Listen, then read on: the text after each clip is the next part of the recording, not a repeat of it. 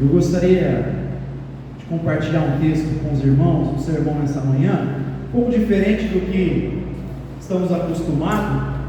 Eu prefiro muito mais o sermão expositivo, porque ele é muito mais didático, né? A gente aprende muito mais com ele. Mas eu gostaria de fazer um sermão temático sobre um tema que tem feito um barulho na minha cabeça já há algum tempo, e eu gostaria que a gente refletisse nele nessa manhã.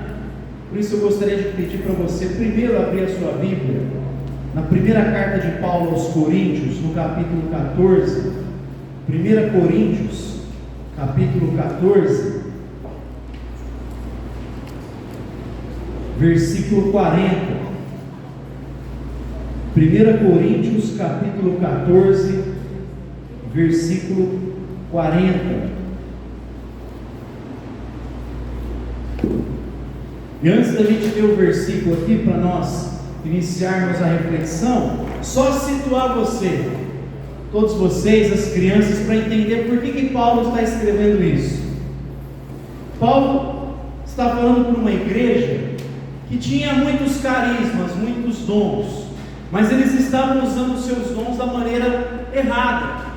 É como se tivesse se transformado numa competição de dons essa igreja, porque muitos falavam em idiomas diferentes e ninguém entendia nada daquilo que estava sendo proferido. E aí Paulo ele gasta um tempo corrigindo essa igreja, mostrando: olha, o que vale mais é falar 5 palavras que edificam o meu raciocínio, o meu intelecto, a minha razão, do que falar várias palavras que ninguém entende, que ninguém compreende. Então ele está tentando corrigir essa igreja que estava usando os dons não para manifestar Deus e contribuir para que o corpo fosse edificado, mas estava usando isso para se mostrar uns para os outros. Então, se Paulo estivesse escrevendo hoje, ele ia falar: vocês são os amostradinhos, né? Vocês são os amostradinhos, que audácia, né? Na minha presença. Olha o meme que rolou no Brasil um tempo atrás.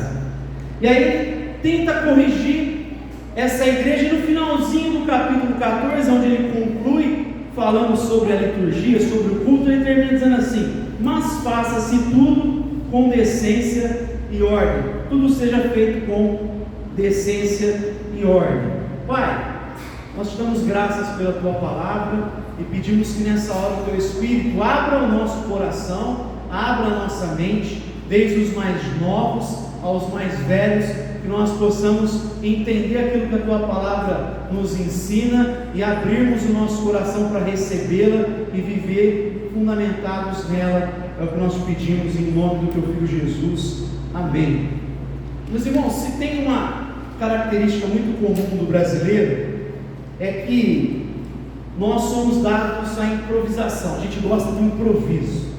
Os meninos aqui que assistem futebol sabem que o jogador brasileiro, pelo menos mais um tempo atrás, era mais isso, gostava de improvisar. Tanto que a gente é conhecido como o rei da gambiarra, né? Como o brasileiro gosta de gambiarra. Eu já vi fazer churrasco com um carrinho de supermercado. O cara não tinha, vai lá, levanta a parte de trás, coloca tijolo, faz churrasco com um carrinho de supermercado. Algumas gambiarras são criativas, são engraçadas, tem umas que são perigosas. Quando você começa a colocar um monte de coisa ligada numa tomada só, aí algumas acabam em acidente, algumas acabam em muito perigo. E basicamente, meus irmãos, o que Paulo está falando aqui tem a ver exatamente com o fato de que nós, como cristãos, precisamos olhar para a Escritura para aprender com ela, não apenas o fato de que Deus exige adoração da nossa parte, mas ele também nos instrui sobre como nós devemos adorar. Paulo aqui está usando 2 palavras: tudo deve ser feito com decência. A tradução dessa palavra do grego tem a ver com apropriado, tem que ser feito de maneira apropriada, de maneira nobre, de maneira respeitável e de maneira organizada. Tudo deve ser feito com decência e ordem. Então Deus ele não apenas diz para nós, exige a adoração do seu povo. A Bíblia está cheia de imperativos: vinde, adoremos o Senhor. E o culto público é esse culto que nos chama a adorar a Deus como família.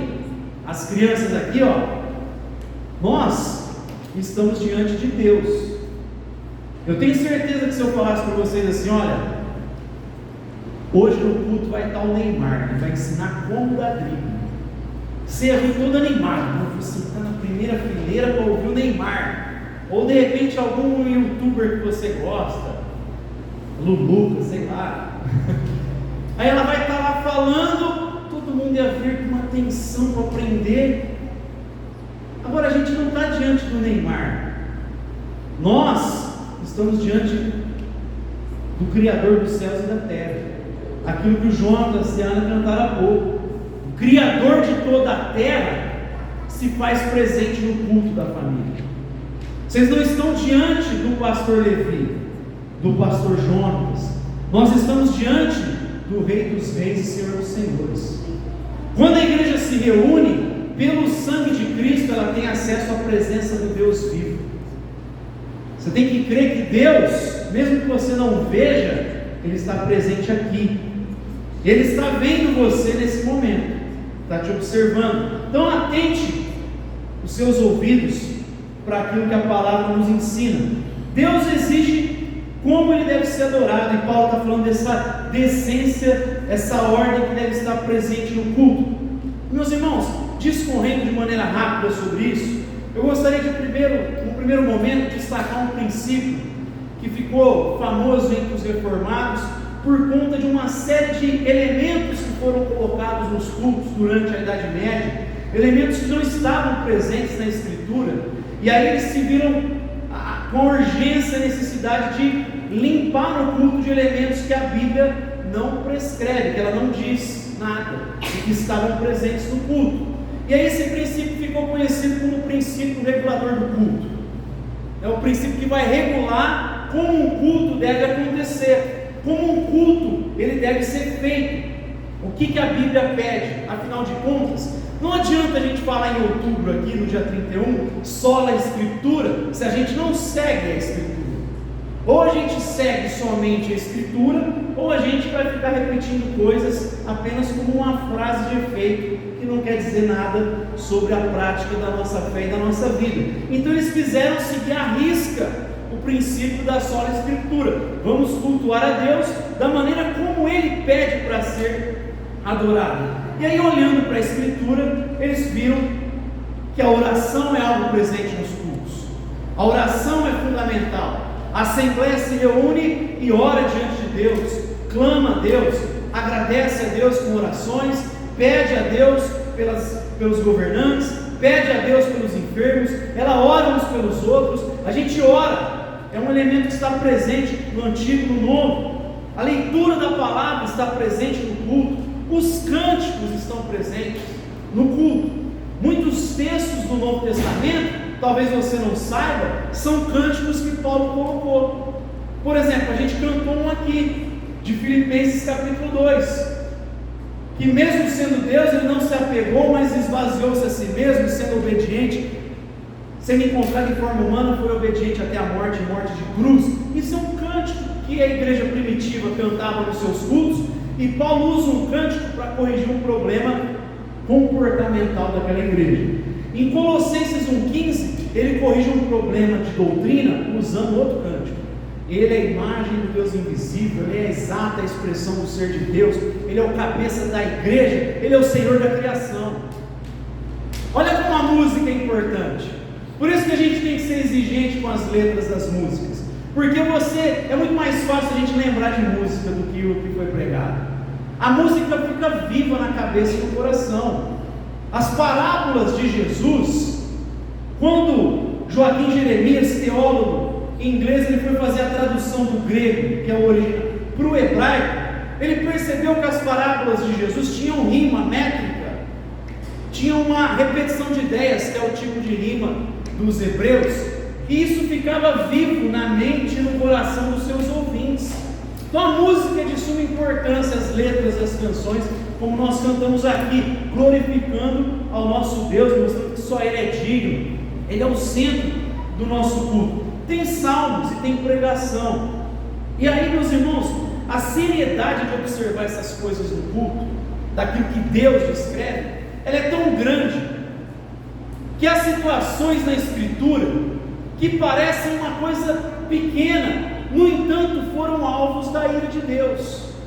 Por exemplo, 2 Samuel capítulo 6, dos versos 3 a 7, vai dizer que depois de uma vitória, Davi manda trazer a arca do Senhor de volta dos filisteus.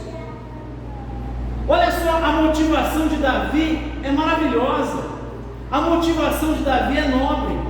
Ele quer trazer a arca da aliança de volta para Israel, o símbolo da presença de Deus. Ele queria de volta para Israel, tinha sido levado. Ele está querendo fazer o povo ter consciência da presença do sagrado.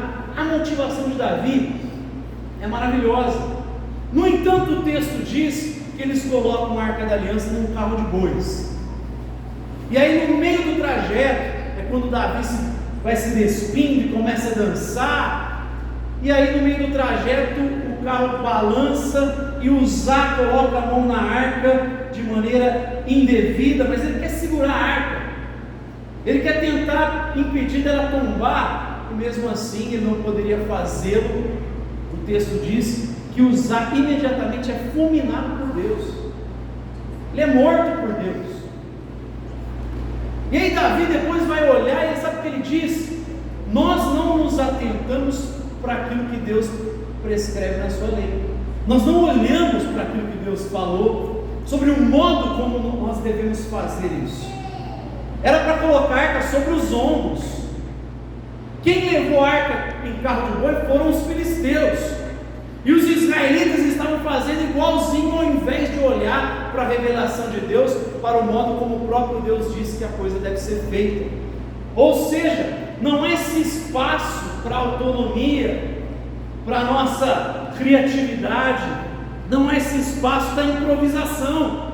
Era para fazer do jeito que Deus pediu, e por conta de fazerem sem olhar para o que Deus falou, para a vontade dele, ou como se não desse importância para a lei de Deus, Deus vai lá e acaba com aquele momento cheio de boas motivações, e Deus vai lá e marca, e o temor de Deus se apropria do coração do rei Davi, principalmente do povo, mas a seriedade de observar aquilo que a Bíblia fala para nós. Esse é um exemplo terrível de como nós não devemos relativizar pontos da palavra de Deus. Agora, a Bíblia também, naquilo que ela não proíbe, os reformadores entenderam que eles também não tinham liberdade, porque tem coisas que a Bíblia nada fala, e mesmo assim eles preferiam evitar aquilo que a Bíblia silencia. Não vamos trazer algo mesmo que a Bíblia não fale nada a respeito daquilo. E esse exemplo, ele está presente lá em Levítico 10, do 1 ao 2. O texto diz que os filhos de Arão, Nadab e Abiú, responsáveis pelo exercício do sacerdócio na tenda, eles apresentaram fogo estranho no altar de Deus, e o texto diz que eles morreram ali. O capítulo 9 desse texto de Levítico, o próprio Deus tinha respondido com fogo, queimando o sacrifício, e aquele fogo que tinha origem divina tinha que ser utilizado, e no entanto o texto fala, eles usaram um fogo estranho, apresentaram um fogo estranho, e por conta disso Deus mata Nadab e Abiú ali, diante da tenda, ali no altar. Para você ter um entendimento, depois de Moisés e Arão, Nadab e Abiú possivelmente eram as pessoas mais reconhecidas em Israel, enquanto autoridade. A eles foi incumbido de cumprir os rituais na tenda, e no entanto, eles apresentam algo que Deus não havia falado. Muitos poderiam falar, mas Deus não tinha dito nada, qual que é o problema? Ele não proibiu trazer fogo estranho, mas também não disse para fazer. E mesmo fazendo, eles acabaram acarretando a ira de Deus. Por conta de exemplos como esses, que os reformadores entenderam, olha, a gente precisa levar o culto de Deus a sério e nos submetermos àquilo que a própria Bíblia apresenta. Mesmo naquilo que Deus silencia, nós não temos a liberdade, a autonomia para colocar elementos no nosso culto. E meus irmãos, olhando para isso, para esse exemplo do antigo e do princípio regulador do culto, nós precisamos aprender com isso a colocar em xeque elementos do culto moderno também. Quando eu falo algumas vezes para algumas pessoas, por exemplo, mas nunca tive a oportunidade de falar aqui no culto, então vou fazê-lo. Quando a gente fala sobre ministério de dança, que ficou conhecido no mundo evangélico brasileiro nos últimos 20 anos, isso não tem parâmetro algum na palavra de Deus. Ainda mais uma dança profética, não sei de onde o pessoal tira essas coisas. Aí o pessoal se utiliza de textos dizendo: mas Miriam dançou com o seu tamborim, Davi dançou no texto que eu citei. Todas as expressões de danças, os exemplos de danças, eles são circunscritos, eles são presentes em um contexto específico. Geralmente, vitórias militares. Teve uma vitória militar, Deus destruiu os egípcios, aí Miriam dançou com o seu tamborim. É um contexto de vitória de guerra. Davi, muitas vezes a dança, inclusive, tinha a ver com uma zombaria ao inimigo. Se agradecer a Deus, mas também zombando do inimigo, porque Deus trouxe vitória. As danças estão nesse contexto. Mas aí você pode dizer: tá, aí o Salmo 150, louvar ao Senhor com danças. Essa expressão dança lá no Salmo 150, ele vai falando de vários instrumentos. Essa expressão hebraica shiré, ela muitas vezes, você pode olhar algumas bíblias, ela é traduzida como flauta, não sempre como dança. Então, para começar, pode ser que a tradução melhor seja flauta e não dança. Mas mesmo que você de repente, não, mas tem algumas versões que vão trazer como dança, eu acho que é apropriado. Ainda assim, essa palavra hebraica, ela tem a ver com procissões rumo ao templo pelo povo. Era quando o povo estava caminhando em direção ao templo para o culto. Não era o que acontecia no templo, no culto solene, no culto público. Era algo feito em direção ao culto, e a ideia de uma expressão de alegria. Vinde, cantemos com alegria o Senhor. Alegrei-me quando me disseram: vamos à casa do Senhor. Ou seja, é a procissão do povo em direção ao templo. E lembrando que no templo do Antigo Testamento, o sacerdote entrava sozinho em um determinado lugar, os cantores em outro e o povo em outro lugar. Essas coisas aconteciam fora, não no culto solene, no culto público, na assembleia. Então esses elementos não cabem hoje, até porque nem tem a ver, né? Ainda mais o jeito de dança que é feito, que às vezes é estranho mesmo, fica mais estranho ainda. Outros elementos que não tem problema nós utilizarmos como a tecnologia, em alguns cultos ganham um espaço tão absurdo, fica uma coisa tão fora, tão desconexa com a ideia do culto. Há um tempo atrás eu participei e vi isso. Eu não tenho problema nenhum com a tecnologia, gente. Se eu tivesse, a gente voltava a usar papiro. Esquece a Bíblia, né? Eu não tenho problema nem que você lê a Bíblia no celular, como é tecnologia. Agora, eu fui em um que tinha toda a tecnologia, aquele aparato, o vídeo, uma coisa bonita, para passar a letra, ficar fácil de visualizar, né? Porque o nosso durante o dia é um negócio complicado, quem senta no fundo, né? Ainda mais se tiver astigmatismo como eu, você tem que ficar aqui na frente. Então não tem problema a tecnologia, mas naquele culto, a ideia ficava muito mais a ver com o entretenimento e apresentar alguma coisa para as pessoas. Nem culto se chamava, era assim, apareceu uma moça falando: agora nós vamos começar o start. 5, 4, 3, 2, 1, e o start, não sei o quê. É uma coisa que parece uma demanda para um cliente, para o consumidor se sentir bem, acolhido. Sabe igual no cinema? Desliga os celulares, não sei o quê. O ambiente todo preparado. É uma coisa assim, preparado para você. Quando a tecnologia é usada dessa forma, a gente já perdeu a ideia do culto principal. Gente, eu poderia citar várias coisas que estão presentes em cultos, os chamados atos proféticos, que o pessoal vem aqui na frente, e aí eu já ouvi pessoas: vou colocar um pano aqui, você passa debaixo, e se passar, vai acontecer tal coisa, né? Tinha um conhecido que chamava disso aí de ato patético, não profético. Talk shows no meio do culto. Então assim, esses elementos não cabem. Por quê, meus irmãos? Porque o culto não é para nós, não é para nos satisfazer. Aí antes de eu entrar nesse ponto, só uma coisa que eu gostaria de falar, e é justamente essa que tem feito barulho. Há algum tempo já, na minha cabeça, eu compartilhei algumas coisas ao longo de meses. Já falei algumas situações e que são estranhas à Bíblia, e tenho certeza que para surpresa de muitos de nós. O culto infantil, você sabia que a Bíblia não prescreve em lugar algum? Você sabia que essa separação no culto solene, no culto público, ela não aparece na Escritura? O culto público no Antigo Testamento e no Novo é o culto da família, é o culto das crianças, é o culto dos jovens, é o culto dos adultos, é o culto dos idosos, é o culto da família na sua diversidade, na sua variedade. É a família, vamos cultuar o nosso Deus juntos como família.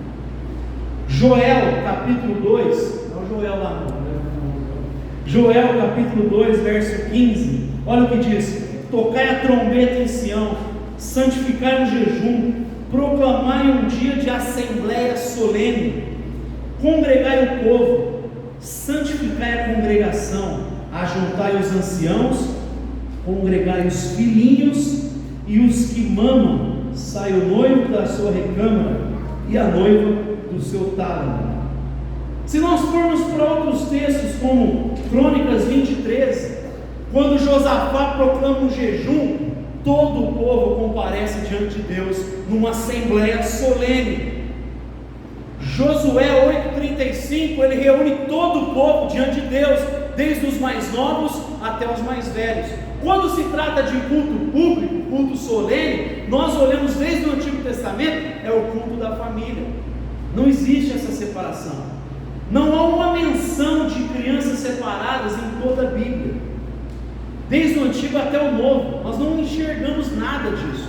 Existem palavras, orientações específicas para casais, para os mais velhos, para os jovens, para as crianças. Mas só para você ter noção, essas orientações que estão nas cartas de Paulo especialmente, eram para ser lidas onde? No culto solene.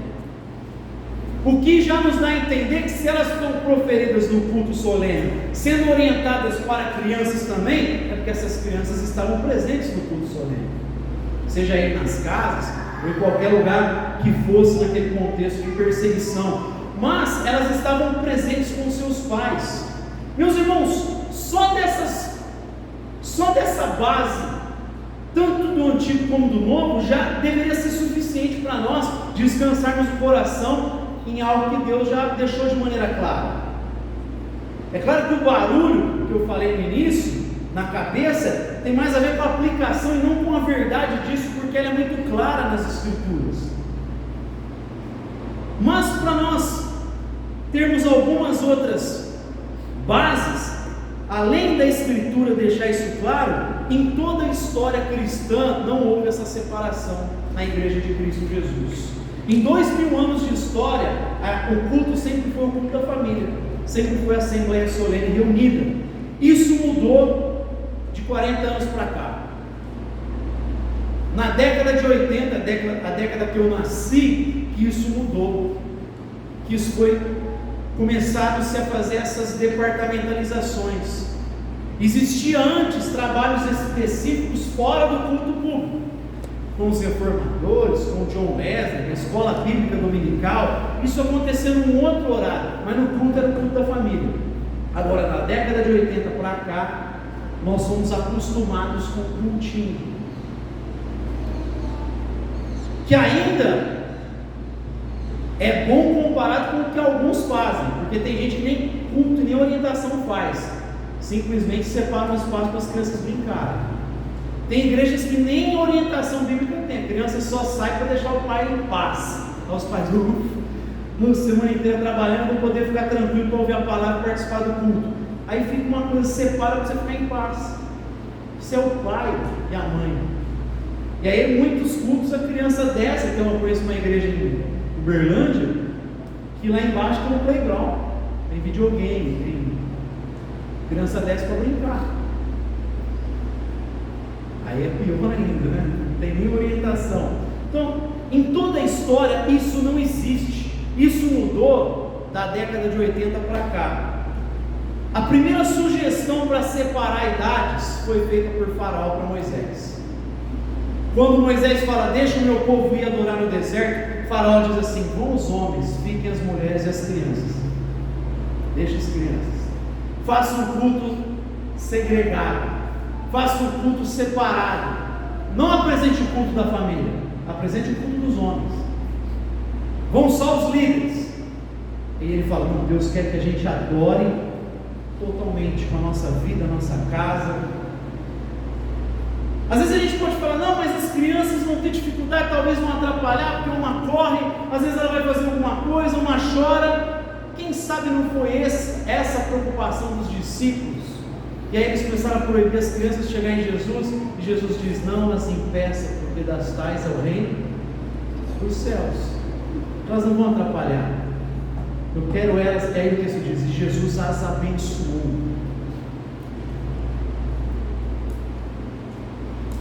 Às vezes nós privamos as crianças porque elas não vão entender tudo. A gente é um desafio para quem prega, tentar falar para elas entenderem. Mas elas não vão entender tudo. Sabe o que o John Piper fala? Ele diz assim, nós, por acaso, impedimos as crianças, quando elas não sabem falar, de ter contato com a língua que você, no Brasil, você só pega lá 3 palavras e fica ensinando as 3 que ela aprendeu: papai, mamãe e sei lá, irmão. Aí você fica lá falando só as 3.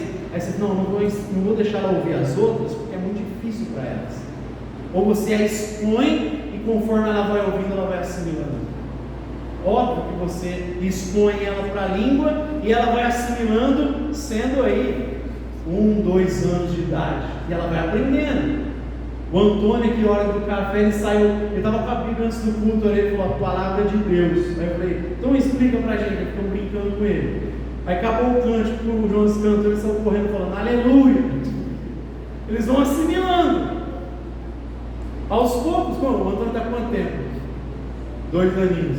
Eles vão assimilando. Gente, criança é esperta. Às vezes a gente até, criança é esperta. Eles são ligeiros. Eu acho que essa geração é até mais esperta, mais rápida do que a nossa. Eles são muito ligeiros para aprender. Então ele fala assim, por que a gente vai impedi-los de participarem desse culto tão importante, desse culto tão necessário que é a junção do povo de Deus, do corpo de Cristo? E deixa eu te falar um outro fundamento necessário, uma coisa extremamente crucial. A responsabilidade de instruir é dos pais. Vou repetir, é nossa como pai. Eu quero ter um pouquinho de... A responsabilidade é nossa. É nossa. Nós nos ajudamos mutuamente, mas a responsabilidade de cada família é do pai e da mãe. Deuteronômio 6, o famoso texto do Shema: ouve Israel, teu Deus é único. Fala para instruir para os filhos, inculcar no ouvido dele, você falar, ensinar, proclamar. E você sabe que o seu filho, meus filhos, vão aprender muito mais por quê? Observação. E às vezes a gente fica privando eles de ver você levantando as mãos e adorando, quem sabe se prostrando, quem sabe chorando porque a música falou no nosso coração, que a música tem esse poder. A música mexe, ela sensibiliza. Talvez o elemento que mais remete à ideia de eternidade seja a música. Você conhece uma pessoa que não gosta de música? Fala para mim. Levanta a mão. Você conhece? Eu tenho uma pessoa que não gosta de nenhum tipo de música. Eu nunca vi uma pessoa que não gosta de música. A música talvez seja uma das experiências mais sublimes. Ela mexe com qualquer ser humano. E ainda mais uma música que comunica a verdade. Quando eu estou cantando algo, aquilo lá é forte, está falando de uma verdade da Escritura, sobre Deus, sobre nós, igual a gente cantou algumas aqui. Gente, isso tem que mexer conosco. E às vezes a gente está privando-os de entenderem isso. A responsabilidade é nossa. Pais, não irritem os seus filhos, mas eduquei-os no temor do Senhor. Instrua-os no temor do Senhor, Efésios 3:20. Meus irmãos, o culto, ele é para a glória de Deus. O culto público, o culto solene, ele é para a glória de Deus, não é para nós. Salmo 115:1, não a nós, Senhor, não a nós, mas ao teu nome dai glória. Às vezes a gente fica preocupado, vamos preparar um culto, porque o visitante tem que fazer uma coisa que ele se sinta confortável. Bem, o culto não é para o visitante também, sabia? Não é para ele. Um culto mais para a gente evangelizar e deixar ele confortável. O culto é para Deus, não é para o visitante. O culto não é para deixar você e eu confortáveis. Não é para deixar a gente tranquilo. Não é para nos agradar. Pastor, não gostei do culto.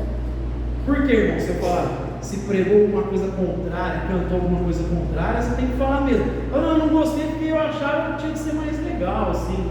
Irmão, o culto não é para você. Nós não viemos cultuar você.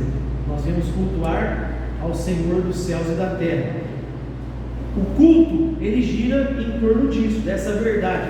O culto solene, eu preciso falar isso, ele é um momento diferenciado de qualquer outra coisa da vida cristã. Porque vocês gostam, a gente tem que cultuar em casa. Até a Ana cantou, é verdade, tem que cultuar em casa. A nossa vida tem que ser um culto a Deus. Só que o culto público é diferente das outras coisas. O culto público não é igual ao culto que a gente faz na nossa vida. Mas Deus não está presente em todo lugar? Está. Deus não estava presente no Éden? O que Adão fazia no Éden não é o que Deus pediu, não é uma expressão do culto dele a Deus? Era. Então por que na viração do dia Deus vinha falar com ele? Já que ele estava lá o tempo todo. Por que tinha essa presença manifesta de Deus? Isso o texto nos dá a entender que era rotineiro, porque Adão escutou os passos do Senhor e foi se esconder, ou seja, ele estava familiarizado com os passos de Deus. Ele estava tão habituado com Deus ali na viração do dia, que ele já conhecia até os passos de Deus. E aí ele se esconde depois do pecado. Ou seja, mesmo ele fazendo a vontade de Deus e a vida dele sendo um culto, tinha um momento específico de Deus falar com ele. Para nós o culto solene é esse momento, onde o escritor de Hebreus vai falar assim, que nós somos elevados à presença de Deus, nós somos introduzidos no Santo dos Santos, e isso acontece no culto público. Não sei se você se lembra que eu falei isso há muito tempo atrás, eu repeti já algumas vezes isso. Eu não sei se você se lembra que há 3 meses atrás eu mandei até uma pregação no nosso grupo da igreja, falando sobre a importância do culto solene, e expressando lá também a importância dos nossos filhos não perderem esse privilégio. Porque se o culto solene é a igreja, através do sangue de Cristo, entrando na presença do Deus vivo, por que eu vou privar o meu filho de participar desse momento? Por mais difícil que seja, porque eles não foram habituados a isso. Eu falo pela minha própria vida. Eu cresci nesse contexto. E a gente vai assimilando achando que é normal. E entende que aplicar uma coisa não tão fácil, porque a gente está num outro contexto. Nossa igreja local não tem escola bíblica. Mas independente de tudo isso que a gente possa pensar, isso é uma verdade. O culto solene é o culto da família, e as crianças, pela palavra de Deus, são orientadas a estar presente conosco. Não privá-las desse momento tão sublime da experiência da vida da igreja. Agora, meus irmãos, eu gostaria, para a gente finalizar, fazer algumas aplicações. Como eu falei, independente de como nós vamos aplicar como igreja, todo mundo tem que aplicar como pai, como mãe. Primeiro conselho para você, e até tem orientações, a gente tem base na Bíblia. Meu irmão, inicie um culto familiar na sua casa. Inicie essa semana um culto familiar na sua casa. Culto familiar não é um adereço. Se tiver bom, mas não é necessário. Faça culto em família, porque Deuteronômio 6 é para instruir a sua família, é para instruir os seus filhos. Comece um culto familiar na sua casa. Inclusive, se você tem dúvida, daqui a pouco eu vou mandar no grupo uma orientação sobre culto domiciliar, e você lê lá por que o culto é importante e como fazê-lo. Comece um culto familiar na sua casa. Prepare os seus filhos antes do culto. Fala para eles se comportarem, conscientize que eles vão estar na presença de Deus. Igual eu falei aqui, se você fosse ver o Neymar, você vem empolgado, né? Agora você não vai vir empolgado para estar diante de Deus? Não sou eu que estou falando que Deus se manifesta aqui, é a Bíblia que fala isso. É a palavra do próprio Deus que diz isso. Conscientize, filhos, nós vamos adorar a Deus, nós vamos estar na presença dele. Talvez você não o veja, de repente, ele não vê, mas ele está presente lá. Então, essa importância de conscientizá-los da seriedade, do temor. Conscientize os seus filhos. Mais uma vez, a responsabilidade é nossa, não é nem dele, é tua, é minha, porque Deus vai cobrar de você. Permita que os seus filhos te vejam adorando. Permita que o teu filho te veja prostrado, chorando, orando, cantando com alegria. Os cânticos de alegria, você cantando com alegria. Porque o teu filho vai ver que tem uma autoridade sobre você. Teu filho está acostumado com você sendo autoridade em casa, mas você vai mostrar para ele que tem uma autoridade acima de você. E que se você não obedecer essa autoridade, ele tem que falar: pai, não pode. Pai, o senhor está errado. Porque antes de obedecer aos homens, a gente tem que obedecer a Deus. E se a família não fez, o Gabriel fala: ô pai, cadê o culto doméstico? Se eu não fizer, ela vem: pai, você esqueceu do culto doméstico. O Jonathan, o Samuel: mãe, pai, cadê o culto doméstico? Ó, falou lá, já é quarta-feira, e aí, que dia vai ser? Tem que agendar, tem que saber o horário, fica bom para todo mundo. Permita que eles vejam você lendo a Bíblia, conhecendo. Mais uma dica: conversa com teu filho depois do culto. Vai embora, filho, você entendeu? O papai te explica. O que você entendeu do culto? Ele vai falar: olha, tem isso aqui também. Na hora que você for almoçar daqui a pouco, a não ser que você for fazer jejum, todo mundo pensando na macarronada, no frango assado, né? Eu falando de jejum. Senta na mesa e fala: filho, o que você entendeu do culto? Você entendeu o que a Bíblia fala? Você viu o que aconteceu com Nadab e Abiú? Você viu o que aconteceu com Uzá? Filho, Deus tem que ser levado a sério. Fala com ele sobre o culto, explica a palavra para ele. É óbvio que ele não vai absorver tudo, mas cabe a nós explicar para eles mais uma vez em casa. E aí o incentivo, e assim eu acabo. E os benefícios da vida como igreja. Primeira coisa, meus irmãos, vai conscientizar o seu filho do sagrado, como eu falei, porque eles vão ver você submisso a uma autoridade. Seus filhos no culto vão começar a aprender sobre a palavra mais e sobre a liturgia, como que funciona o culto. Vai dar um sentimento para eles de pertencimento a um corpo. Eles pertencem a alguma coisa maior. Você sabe que muitas pessoas falam que por conta da departamentalização, elas tiveram dificuldade de se inserir no culto depois. Porque elas estavam tão habituadas com o culto em torno delas, que elas estavam com dificuldades de um culto que não é em torno delas, mas de um bem maior, do bem comum. E no bem comum você tem que se sacrificar em algumas coisas para o bem comum. E aí, por conta de não aprender a se sacrificar por causa do bem comum, quando eles crescem, eles têm dificuldade de fazer parte do todo, porque eles foram aprendendo que o culto ajuda mais, vai falando a língua dele, vai facilitando, eles têm dificuldade para participar desse culto solene depois.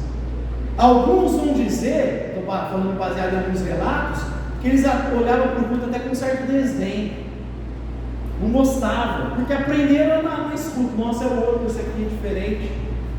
Vai trazer a ideia de pertencimento, de sacrifício em prol do bem comum, em prol do corpo de Cristo. Meus irmãos, vai melhorar o raciocínio e a atenção dos seus filhos, que é uma coisa difícil nessa geração, porque a geração do TikTok é 1 minuto, não consegue prestar atenção muito tempo. Conforme eles vão ouvindo, eles vão começando a aprender, a se atentar, a ver que a palavra começa, tem meio e fim. Eles vão se exercitando um raciocínio linear, lógico. Eles vão aprendendo isso aos poucos, gradativamente. Vai ser uma melhora em outras áreas, não só da fé cristã. Aí eu vou te falar falar de alguns benefícios baseados no livro do Charles Colson, eu vou colocar no grupo da igreja depois. Você sabia que, baseado em estudos, pesquisas, entre pessoas que congregam numa igreja, há menor risco de dependência química, seja do álcool, das drogas, é menor em quem cresce num ambiente de igreja. O crime, pessoas que entram para o crime, é muito mais difícil entre aqueles que cresceram, não estou falando que é impossível, mas é muito menor entre aqueles que cresceram fazendo parte de uma igreja. O nível de depressão e estresse é menor entre aqueles que vivem em um contexto de igreja. Existe depressão, existe, tudo existe, mas é menor do que pessoas que vivem fora da igreja. O número de suicídio é bem menor entre aqueles que vivem na igreja, por mais que existam casos, já aconteceram inclusive no Brasil, pastores, eu conheci um que aconteceu isso, tirou a própria vida. Agora, o número é bem menor da igreja comparado com aqueles que não vivem na igreja, e a estabilidade familiar também, ela é muito maior entre aqueles que congregam em uma igreja, por mais desafiador que seja o nosso tempo, ainda é menor. Isso tudo eu estou falando baseado em pesquisa. Eu vou mandar no nosso grupo também isso para você dar uma olhada. Meus irmãos, a Bíblia, ela coloca para nós aquilo que Deus sabe que é melhor para o seu povo. Nós questionarmos a Bíblia é como se estivéssemos colocando com maior lucidez do que o próprio Deus. Você já tentou montar alguma coisa difícil sem manual de instruções? Sem tutorial do YouTube? Eu já tenho uma dificuldade gigante de fazer essas coisas.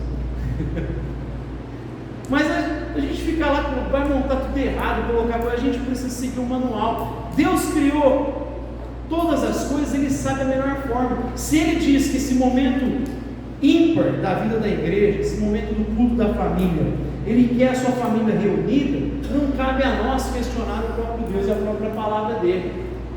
Cabe a nós aplicarmos como igreja outras situações de um trabalho também específico, como nós temos das mulheres, dos homens, obviamente com os nossos filhos. Mas o que eu gostaria de deixar registrado é que o culto solene é o culto da família e que você e eu, como pais, somos os responsáveis pela instrução e educação dos nossos filhos. O pastor não é o responsável por educar o seu filho, você que vai ser cobrado por Deus de educá-lo. Josué, liderando a nação, ele falou assim: não sei quanto a vocês, mas eu e a minha casa serviremos ao Senhor. Eu gostaria que a gente concluísse, pedir para você ficar de pé, reunir com a sua família, então, com os seus filhos, e nós vamos ter um tempo de ministrar na vida dos nossos filhos. Vamos orar.